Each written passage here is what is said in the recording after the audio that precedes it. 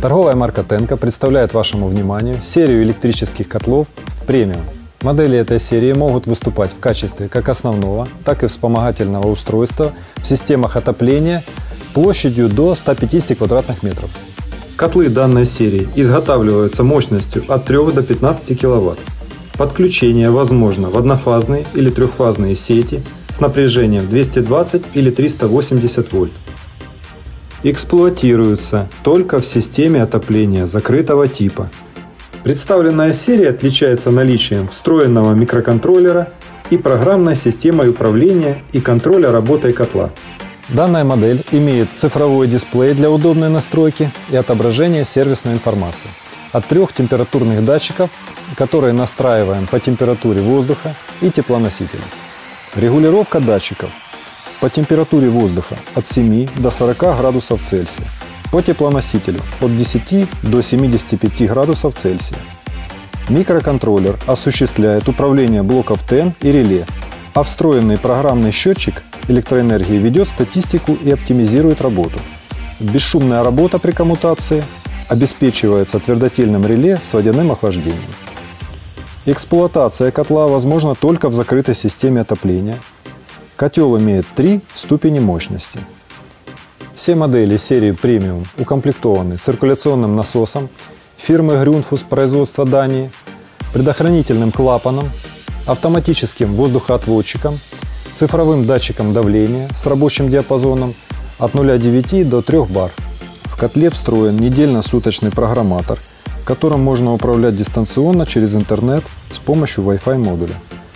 Дистанционное управление котлом возможно с любого веб-браузера вашего мобильного устройства, либо приложения на Android или iOS. Ссылка на приложение есть на сайте компании Tenco. Также на сайте есть демо-версия с пробной видеоинструкцией использования приложения. Оптимальный объем теплоносителя и сечение проводника для подключения к сети приведены в таблице. Корпус котла обязательно должен быть заземлен проводом сечения не меньше проводом подключения питания. Детально про настройку и монтаж смотрите дальше. Сначала необходимо снять крышку корпуса, выкрутивши винты, удерживающие ее с помощью крестообразной отвертки. Закрепите котел на стене с помощью 2 дюбелей через специальные отверстия для крепления на задней панели котла. Интерфейс системы понятен и выполнен в контрастной цветовой схеме. Включаем кнопку «Сеть», идет самодиагностика системы. Проверяется насос и силовые каналы. Далее отображается версия ПО. При загрузке через несколько секунд открывается раздел «Меню. Индикация». Подраздел «Экран 1», где собраны основные параметры котла. Здесь мы видим в первой строке отображается статус насоса и статус нагрева, если он включен. Вторая строка отображается температура воздуха, установленная и текущая. Текущая температура отображается только при подключенном датчике воздуха. Далее мы видим строку, в которой указан диапазон и текущее значение температуры подачи теплоносителя и обратки. Далее в этом режиме меню регулируется текущая температура воздуха кнопками вверх и вниз. Далее мы видим, что стрелка, которая появилась рядом со значком насоса, указывает, что сейчас запущена пауза насоса. Также в левом верхнем углу дисплея мы можем видеть отображение не только символа H, но и символа T, который указывает на включение ступени нагрева.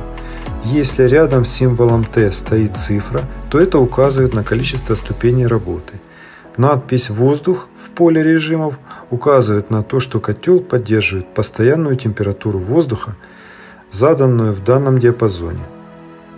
Надписи D и T, ВИК T в поле режимов оповещают о включенном суточном или недельном программаторе. Надпись PMT в поле режимов указывает на включение режима поддержания минимальной температуры. Если вместо индикации включенных ступеней отображаются 2 цифры, разделенные дробью, Это означает «включен режим модуляции». Надпись «Внешний» в поле режимов указывает на включенный режим внешнего термостата. В разделе «Экран 2» дублируется состояние нагрева и насоса из раздела «Экран 1», а также отображается текущее время и давление в котле, если котел оснащен датчиком давления. Две верхние строки данного раздела служат для индикации статусов насоса и нагрева. Верхняя – имена полей, нижняя – статусы этих полей. Возможны варианты: «On» – включен, «Off» – выключен, «Error» – неисправность. Если не активирована функция модуляции, то вместо полей ступень 1 и ступень 2 будет отображаться надпись «Нагрев». При отображении статуса Error в полях состояния нагрева необходимо получить более детальную информацию, перезапустив котел и дождавшись отчета о диагностике силовых каналов. Переходим в раздел «Экран 3». Этот пункт меню служит для отображения текущих даты, времени и дня недели. В разделе «Статистика» осуществляется просмотр собранных данных о потраченной котлом электрической энергии за выбранный период времени в интервале от 1 до 30 суток. В разделе «Мониторинг» выводится служебная информация о котле.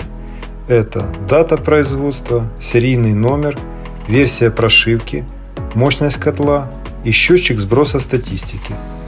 Был произведен сброс или нет. Раздел «Температура» состоит из 3 подразделов: подача, обратка и ПМТ. Подача позволяет установить температуру теплоносителя в подающем трубопроводе котла. Диапазон значений, при которых нагрев будет отключен, это 10-75 градусов Цельсия. И диапазон значений для возобновления нагрева от 1 до 9 градусов Цельсия. Обратка. В данном подрежиме мы также можем выставить пороговые значения для включения и выключения нагрева в тех же диапазонах температур, только в обратном трубопроводе. ПМТ. Подраздел ПМТ обозначает поддержание минимальной температуры теплоносителя. В этом режиме мы можем настроить диапазон температур воздуха, при которых нагрев будет включен либо отключен.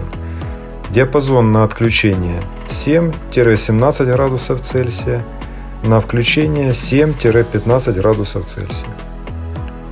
В разделе «Насос» мы также задаем интервалы времени на включение и выключение насоса в диапазоне от 1 до 15 минут.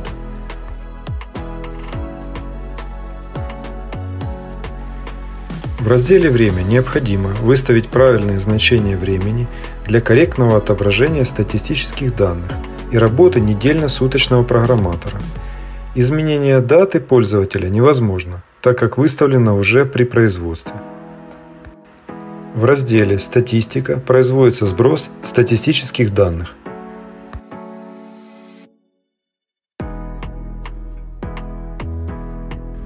Раздел «Таймер» позволяет настроить функцию таймера котла и имеет 3 режима: таймер выключен, суточный таймер и недельный таймер.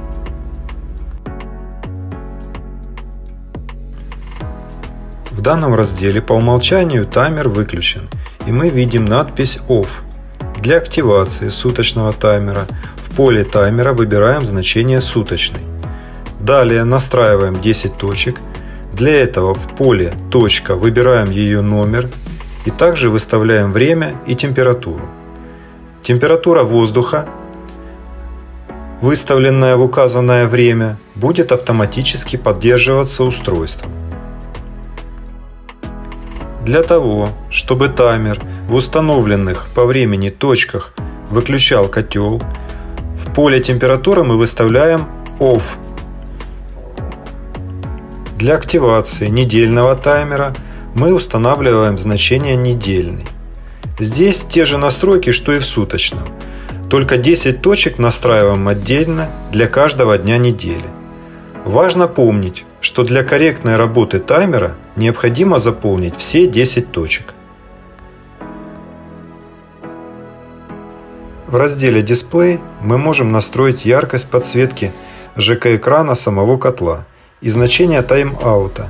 Если мы выбираем значение тайм-аута 99 секунд, подсветка будет гореть постоянно. В разделе «Сброс» производится сброс до заводских установок. В разделе «Сервис» входим в пункт меню «Блокировка». Эта настройка позволяет выключать из конфигурации один или несколько датчиков температуры. Эта функция может быть полезна в случае, когда нужно отключить датчик воздуха для того, чтобы котел работал только учитывая температуру теплоносителя. При этом функция таймер, ПМТ и модуляция будут недоступны. Паузы включения и выключения насоса тоже не будут работать. Насос при этом работает постоянно. И в случае, когда необходимо отключить неисправный датчик температуры. Следует помнить, что нельзя отключать оба датчика температуры теплоносителя, так как нагрев теплоносителя без данных о его температуре грозит аварией. При заводских настройках активны все три датчика температуры. Это видно в правом столбце по символам D. Далее мы переходим в раздел «Диагностика», где можем включать либо отключать периодическую диагностику силовых каналов, которая также по умолчанию включена. Переходим в раздел «Конфигурация». В этой настройке регулируется мощность котла в частях от номинальной. При заводских настройках мы видим, все ступени мощности выключены. Это сделано для того, чтобы пользователь не включил нагрев ТЭН при незаполненной системе отопления теплоносителем. После монтажа котла в систему и заполнив ее теплоносителем, пользователь может подключить одну или обе ступени мощности. Напомним, что ступень 1 – это треть полной мощности котла, ступень 2 – это 2/3 полной мощности котла.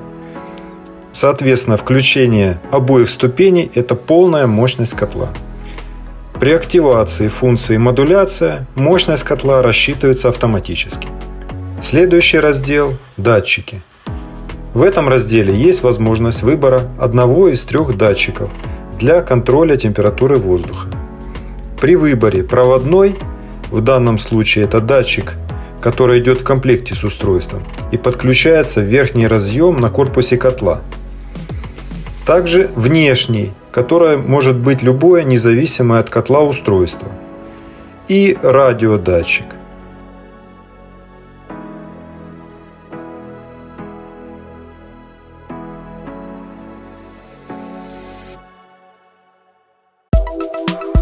Торговая марка Tenco – это качество, надежность, доступность.